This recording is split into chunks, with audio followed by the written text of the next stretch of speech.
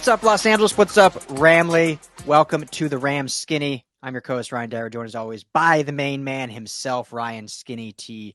Anderson. And it is a Victory Monday coming at you, a little bit of a heart pump, if you will, after a 23-0 start for the Rams against the Colts. Go to overtime, but they get the dub. They move back to 2-2, and a lot to get into for a quick episode here for you guys. But first, as always, my man, Skinny T. What's up, brother? How we doing? Happy Monday.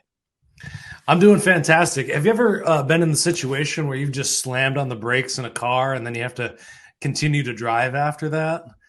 That's how this game kind of felt to me, where it just felt like, you're a little jittery, a little jumpy. You didn't know, like you're constantly checking everything around you just to make sure that everything's just intact still. That's how this game came across to me, as is just insane, all sorts of emotions. One of our Rams writers, Chauncey, I told him last night he did a great job in his article. Go check it out on LAFBnetwork.com. But he encapsulates a lot of the fans' emotions in not a lot of words. So, a lot of emotions coming out of this game for all those fans out there. Oh, 100%. I was in Denver. I was out there covering the USC Colorado game, as you know. And so on Sunday, we were leaving Sunday afternoon to come back here. The Rams game obviously was a morning game, but being in Denver, it wasn't one of the local games. The Broncos played the morning, so I wasn't able to watch it live. Just so everyone knows, I have now watched it since I have NFL Plus, so I'm up to date. So I'm not just going to be talking out of my butt here. But I remember texting you and like, oh, this Rams are looking great, 23-0. And then all of a sudden I'm like, wait, what happened in the second half? We're going to overtime. What happened? So it's going to be fun to talk through this roller coaster as they get into it. So real quick, let's start the show off. Talk about our newest sponsor, Prize Picks. A lot of fun, guys. You got to head to prizepicks.com or download the app Prize Picks. Use our promo code RAMS LAFB.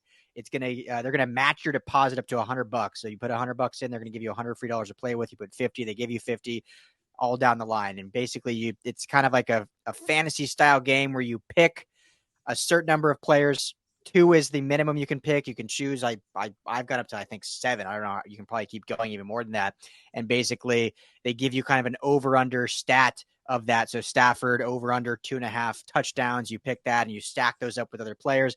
You can win money. It's a lot of fun. So prizepicks.com or download the app in the App Store or Google Play. Use our promo code RAMS LAFB. It helps us out and also gets you free money. RAMS LAFB at Prize Picks.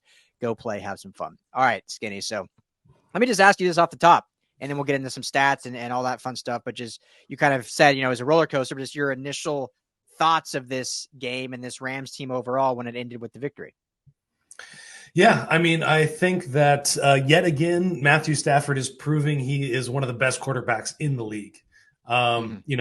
He was hurt in Sean McVay's post-game press conference. He said as much. He said he said, you guys could tell you're watching him. He's limited. Yep. That's the word he used. Sean McVay always holds his cards close to his vest. But on that one, he kind of let it slip a little bit that Matthew Stafford was hurting. And I'm no doctor, but that limp did not look good. He was limping anytime he wasn't actively playing. Anytime he wasn't actively in the game, he was limping around wearing the heat belt. So, but I think his heroics paid off in overtime. He wanted to end it on that drive, it looked like, and they scored the touchdown. Puka Nacua's very first touchdown. So there's a lot of takeaways from this game, but I think the main one for me is just Matthew Stafford. Golden boy, hero quarterback once again. He showed it in the past, but that's got to be my takeaway. What about you? Yeah, that's definitely one of them. Is like, put some respect in this guy's name. Playing unbelievable, lights out, putting the team on his back. Still makes sometimes those throws like the pick where it was, kind of forcing something in there. But honestly, he had Tutu open, just kind of threw it a little bit behind him on that one interception. But some of these throws he was making, man, were just unreal. And you're like, that's vintage Stafford. And he still has one of the best arms in football. And it just shows how disrespectful, how unknowledgeable, whatever you want to call it, all these people in the offseason basically not just counting the Rams out, but basically saying Stafford's career was done and was a bottom NFC quarterback, let alone league. And he's just proving that he really is at peak performance, and his arm looks the best it almost looks the best I've seen since he's been in LA, even almost more than that Super Bowl run. I mean, his arm looks absolutely great. And yeah, it's McVay came out today and said it's a hip pointer is what he has, but he says he should be good to go. So, he's going to pay through the pain as he's a gutsy guy.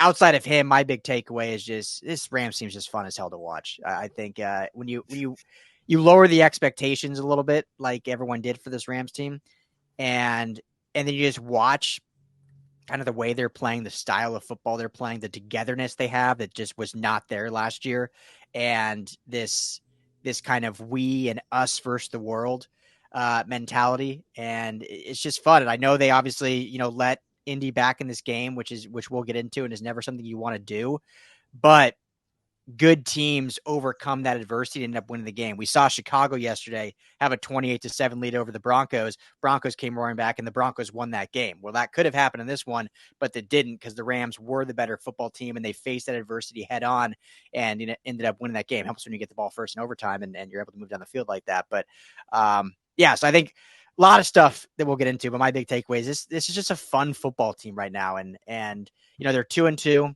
They should be 3-1 in my opinion, and they could be 4-0, but they're a 2-2 football team. And I think they're definitely a force to be reckoned with, and the league's taking notice. Yeah. And, I don't know if you counted up the rushing attempts totals, but even in the first I was going to get to it. 34, baby. 34 rushes. Let's go. Yeah, and I think even 30 in regulation as well. So everybody's appeased on that, and not only that, but it good rushing attack as well against a good defensive line. You had Kyren Williams going for around 4 yards a carry, and Ronnie Rivers going for over 5 yards a carry. So, checking those boxes. Yeah, and I think that first half experience when Stafford was healthy, we saw what this offense can really look like. And not only that, but we saw what this defense can look like. The pass rush was getting home. I will say that the Colts offensive line was missing some significant pieces. Their left tackle was out. Their center was still out in concussion protocol. And then Quentin Nelson was a bit banged up coming into this game. But then you saw, that defense adjust, send Aaron Donald off to the 9 technique and just, wreaking havoc all game. That was another big takeaway for me, was Aaron Donald just making it happen on the defense for the Rams. Great to see, just being a terror. Oh, yeah. I mean, it's like he's forgotten almost how good he is. And everyone kind of forgets, like, oh, yeah, it's still Aaron Donald. Like, the dude can still play. Not just play, he's still the best defensive, probably lineman in football, for sure the best interior defensive lineman. And, sticking with the defense, they said it on the broadcast, but something that goes unrecognized by kind of what Eric Henderson, the D-line coach, and then obviously Raheem Morris calling the shots, is some of these designed pass rush moves that kind of dictate what quarterbacks do. And there was a play particularly that they said on the call, but it basically was an inside pass rush move that Aaron Donald did, forcing Anthony Richardson to the outside, where Ernest Jones was playing that QB spy, and basically he just ran right into his lap, and it was able to force the fourth down and just force him out of bounds. So it's those little nuances that Raheem Morris, Eric Henderson, all those guys probably don't get the credit they deserve. Not probably, they don't get the credit they deserve. And it's those little things that I think they absolutely, we want to try to expose those more, and not saying we know more than fans, but when you try to study the film and really look at it, like it's a nice way to show, like, okay, this is little things that this coaching staff is doing. They're not just playing this prevent soft shell defense. Like these little designs here that kind of dictate what the offense does. And I think that's fun to watch. Yeah. And, you could see it because heading into the game last week when we were previewing this, I was worried about those edges, especially Michael Hoyt, and they compensated for that. That's, that with Aaron Donald playing out wide and Ernest Jones kind of cleaning up. And, we saw, it could have been disastrous, but Anthony Richardson did play a heck of a game, especially using his legs. And it's one of those things that the Rams defense did have to respect, is just his ability to pick up plays on the ground, but that was basically the first half. Was he was just having to make things work. And If I just to piggyback on that real quick, if I'm a Colts fan, you got to be pretty excited about Anthony Richardson. Obviously, the inconsistencies there, as is with most rookies. I think he's only finished with like 11 completions. You can definitely see like the arm talent, the size, the physicality, like even some of the decision making was like really smart decision making. It's just the inconsistency, which is the case with most rookie quarterbacks. So, yeah, just a little tidbit. If you're a Colts fan, you should probably be excited as long as the coaches don't screw him up. I think he's got a bright future for that franchise. And if you can pick this guy up in fantasy, I mean, he was making plays with his legs, throwing touchdown passes, so just racking up points with Anthony Richardson there. But we saw him even outrun an athletic guy like Byron Young on the edge, and pretty amazing talent, that they've got in his rookie season, and hopefully Jim Irsay will put some talent around him, get Jonathan Taylor back helping him out, and get some actual wide receivers for him. But heading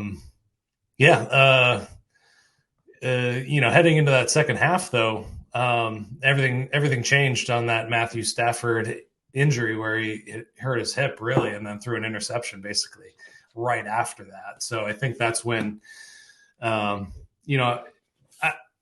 not sure on your take on this one, but I don't blame McVay for getting a little bit more conservative in his play calling, because he knows that Stafford is, as he says, limited. What are your thoughts on that? Yeah, I was going to ask you, like, what do you think, like the cause for the 23 unanswered? And I think it's just one of those, football. And, obviously you need to get over this and you don't want to let this happen against better teams, obviously. But, football is such a game of momentum. And you said it, like when your leader, your quarterback gets that injury, is not a mobile guy really anyway. And then he loses even more mobility. So then the Indianapolis, knowing that, is able to dial up the blitz a little bit more, dial up the rush, pin their ears back. And the only thing I would say that if I'm going to be overly critical of McVay is I like that he still was sticking to the run, pounding the rock. I mean, I could not be more thrilled. 34 rushes, 36 if you include Stafford's too. So, hey, it's over 30. I'm a happy man. Kyren Williams looked great. Ronnie Rivers honestly looked phenomenal too with the football. So it was a nice 1-2 punch. But there's a lot of times those still where they have these long developing pass routes, like just guys going too deep. I would have liked to seen a little bit more, maybe short stuff to take some of the pressure off of having Stafford stand in the pocket so long. Obviously there was some of that going on. They usually always have someone leaking out, whether it's a running back or whether it's a tight end.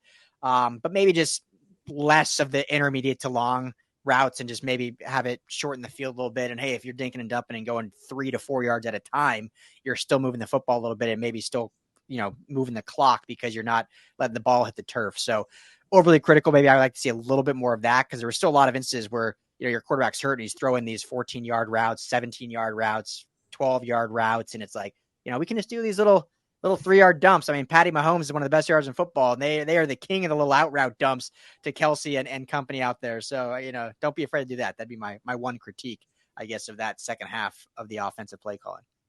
It's so interesting. In LA, we have two instances of, and both head coaches are being criticized. Justin Herbert, as broke his finger in that game, and Staley calls a QB sneak, and he's getting criticized for being too aggressive with his injured quarterback, and McVay is getting criticized for not being aggressive enough with his injured quarterback. And I think you're right about, shorter passes, because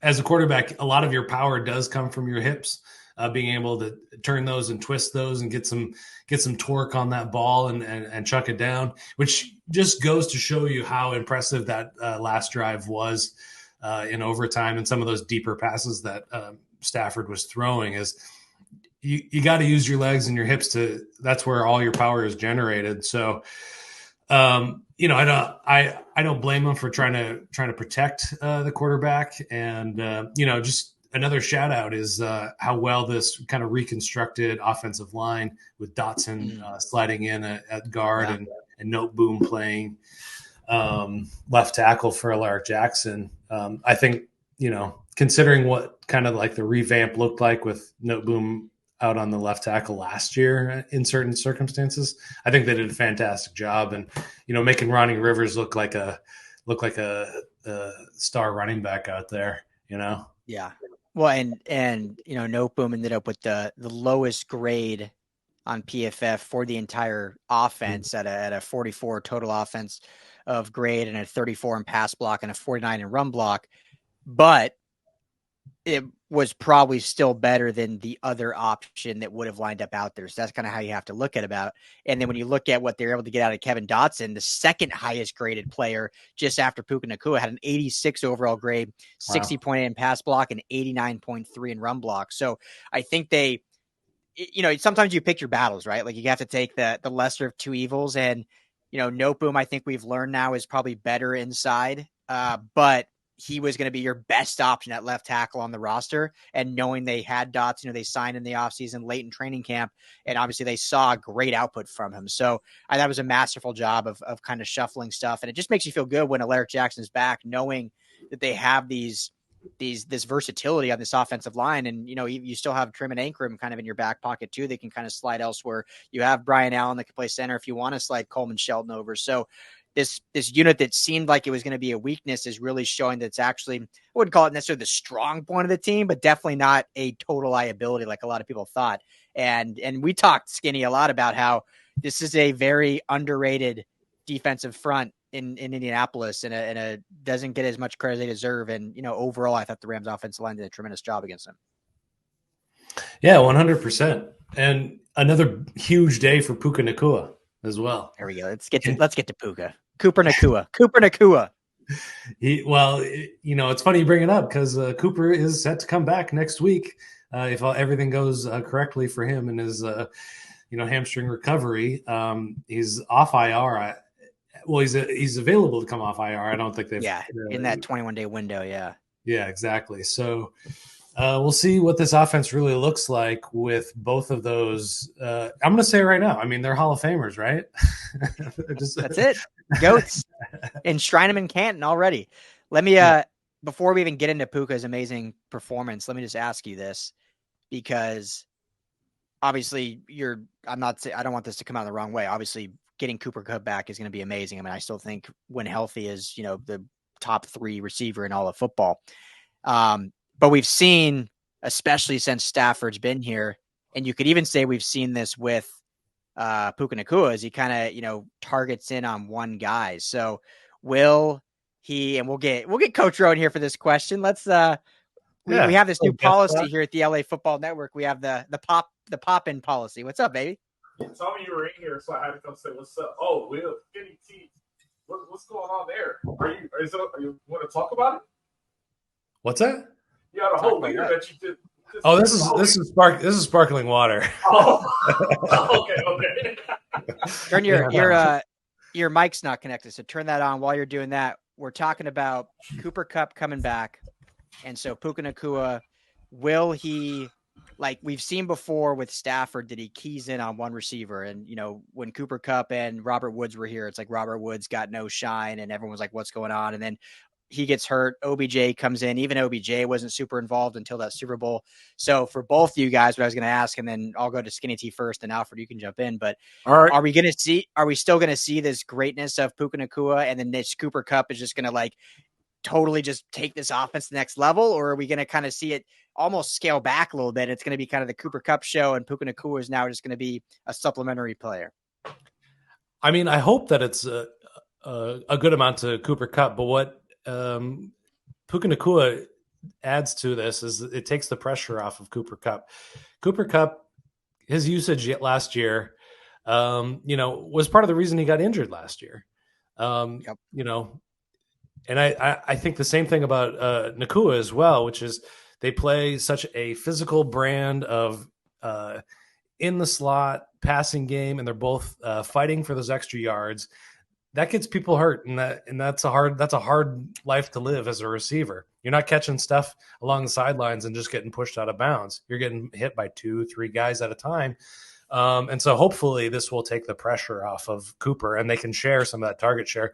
I mean, Puka Nacua's target share has been upwards of 40% in some games, and that's just too much. That's another thing about Kyren Williams getting help with Ronnie Rivers is he was getting all the handoffs, and that's just a lot of hits. That's a lot of dings, and that adds up over a season. So, this is good news come week, 11, 12, where we need these guys to be performing. So, yeah, exactly. What do you think, Fred? The only issue I have is that Puka and Cooper Kupp are both slot receivers, right? So it could be a gift and a curse, right? That means you have two awesome slots, that you have two targets, and you could do a whole bunch of combinations. You could do a lot of rub routes. You could do a lot of shallows. You could do outs with a post. You could run NCAA route, which is still going into this day, which I think elevates the offense and opens up the run game a little bit more. So if they put them both at slot, I think it should work out 100%. I don't see any reason why you will take the production off of Puka to feed Cooper. I think the production of Puka makes Cooper's production better. You can't double team two players, right? So you have to pick one. Now the Rams are in a situation where you have to game plan for two receivers. So I think the production of one creates the production of the other, which is an excellent situation to be in because they're also in a very kind of a tough position to be guarded because slot is a little bit tougher because it's more interior and close to the line. So I think Cooper and Puka both being slots and then their production makes it one's production will make the other person's production a lot more better. So if you want to double team Puka, go ahead and eat. If you want to double team Puka, Cooper, go ahead and eat. So I think it's a good sign for the Rams offense, me personally. Yeah, no, I agree. I think that the big difference in this go around is, with Robert Woods, Stafford was new, right? And so there's the stories of like the breakfast club with him and Cooper Kupp, and they just built that connection, and he just didn't have that Robert Woods. And then OBJ comes, and he already has a connection with Cooper Kupp, so it's like that's his go-to guy. Whereas now, because Cooper Kupp's been out, he's built a connection with Puka Nacua. So it's like they've had like the Breakfast Club 2 almost going on with them. So there's not a lack of rapport like he may have had in the past with other receivers. He has it now with both of them. And so now, as Rose said, just like, dude, let these guys eat. That's just going to expand the playbook so much. And then like what you were saying, Skinny, because my biggest concern is, as great as Puka's been, like he's taking some shots, and it's like, it's worrisome with the target share he's getting, the amount of touches he's getting, and just the shots he's taking, if he can sustain that over 17 games. And he's already been banged up with the oblique injuries. So now you can just take some of that off him and spread the ball more to someone like Cooper Kupp. And same with Cooper Kupp. I mean, obviously he's had an injury history the last couple of years. So now it's like, you don't got to give him 18 targets a game. You can give him 7 to 8. You can give Puka 7 to 8. You get 2, you're 4 to 5. And it's like, man, this offense is humming. Get your 30 carries a game and still, like I always say, and this thing's looking great. Well, and you pointed out the 30 carries a game. These guys are going to create space for one another, so they are going to get hit a little less, but they're both really willing blockers for wide receivers. So in the running game, that's when this running game is really going to come together. They shifted what their philosophy was away from wide zone, mid zone, into gap scheme runs, and we're seeing that how that looks. With now that Cam Akers is gone, and we're going to see what it really looks like with two receivers that can just grade the road, as they say. Hey guys, I'm gonna go get ready for our show. Skinny T, drop by if you got time. Once you're done, drop by. Come say hello. All right. Thank you guys for having me. Thanks, Skinny T. I'll see you over there. I'll see you over at Detroit. Pop drop. Right. Love it. Yeah. See, I'll be there in a minute.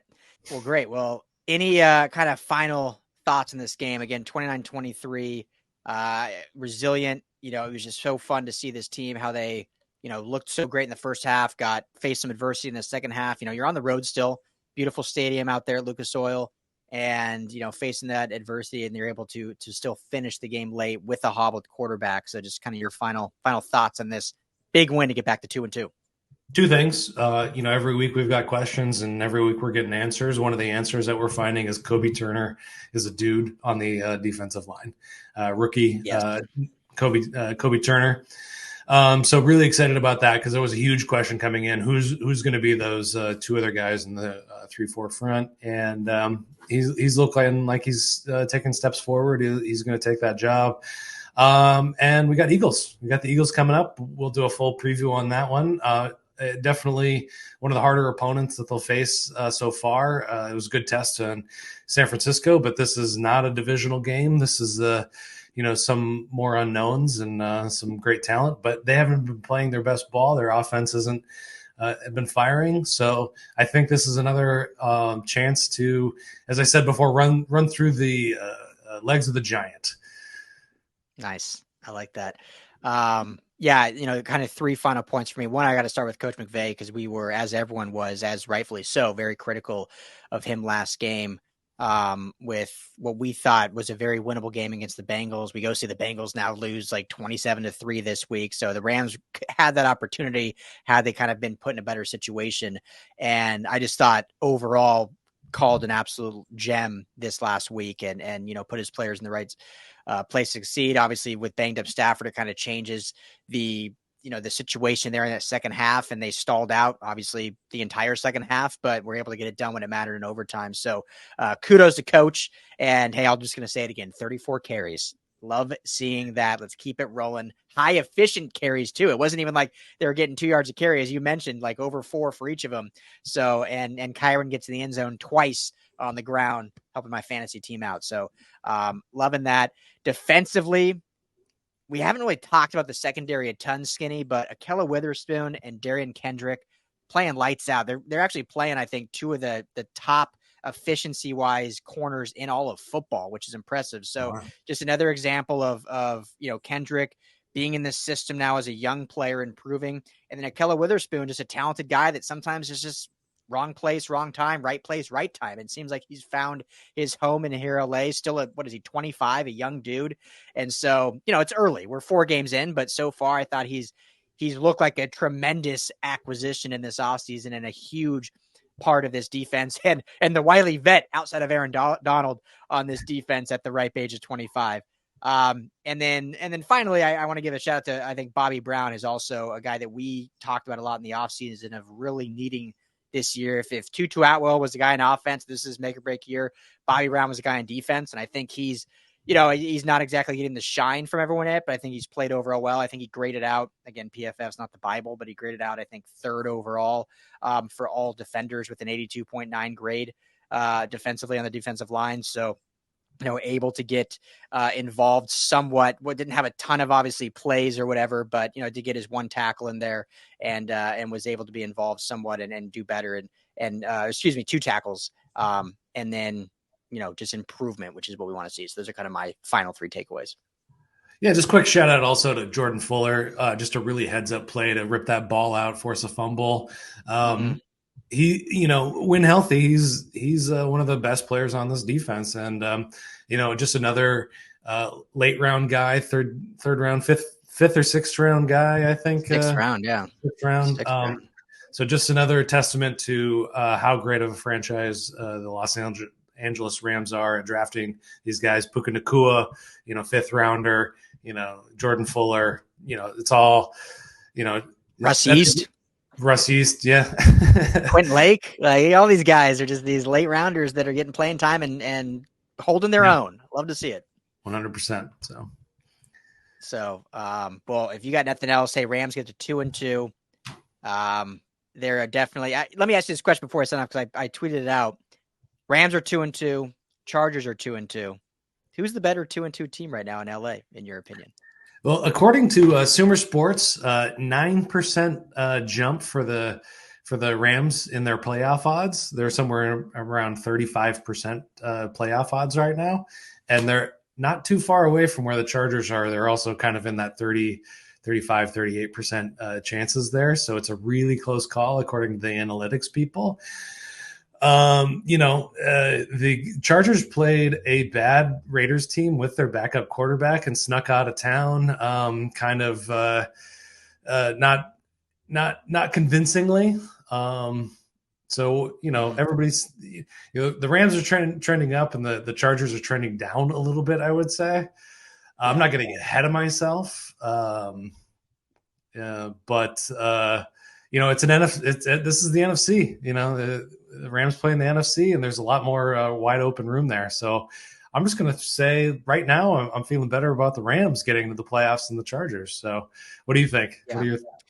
Yeah, when you look at just trajectory of where they're at, you got to feel better about the Rams. Part of that, again, as we said, is just the expectations were so low, and the expectation for the Chargers were kind of like, hey, this is a Super Bowl contending team, which I think they still are. But when you just look at the competition of the AFC versus the NFC, and the tough thing with the Chargers, I think they've won 2 straight now, started 0-2, and everyone was, the sky is falling, and they've won 2, and not convincingly, but hey, a win's a win. You're back to 500. They go on the bye now. But the big thing with them, which obviously we're not going to get, this isn't a Chargers show, but already missing here 4 weeks in, Mike Williams done for the season. Austin Eckler hasn't played since week 1. Corey Linsley, now they're starting all-pro center, out with a heart condition. Eric Kendricks hasn't played on defense. They're banged up in the secondary. So it's like already their injuries are mounting. Donald Parham. Quarterback has one hand. Yeah, quarterback has a broken finger now in his non-throwing arm. So, it's just like, man, they just can't catch a break with all this talent. And Joey Bosa didn't play in this game either. So they played this bad Raiders team, but it's like they were missing like 5 of their top starting quality players in this one. So I think it's impressive still they got out of a win and really dominated. They just the game I think was closer than they actually play. But I think both teams, to answer your question, I think right now I would feel better about the Rams just because of their situation in the NFC versus the Chargers in the AFC. Yeah, well, we've only got another 13 weeks, 14 weeks of the NFL season to go. So only. I love this. I love this sport, and this week was just an example of how weird and how fun the NFL is, especially this season. I totaled it up: 12 2-2 teams heading into week 5. So crazy, yeah, crazy. Yeah, it's wild, and you have some 1-3 teams that are actually pretty good and competitive and can beat anyone. So. A lot of fun. Thank you all for hanging out with us on the Rams Skinny. We'll be back obviously later in the week to preview this Eagles game at SoFi. Skinny T with Brittany Betts and Paula Barrantes will be down at SoFi doing a tailgate takeover. So we'll have more information on that. Should be a lot of fun. But we'll have another Rams Skinny preview for you here in a couple days. But for Ryan, Skinny T Anderson, I'm Ryan Dyrud. Thanks, Ramley, for hanging out. Everyone have a blessed week. We'll talk to you all soon.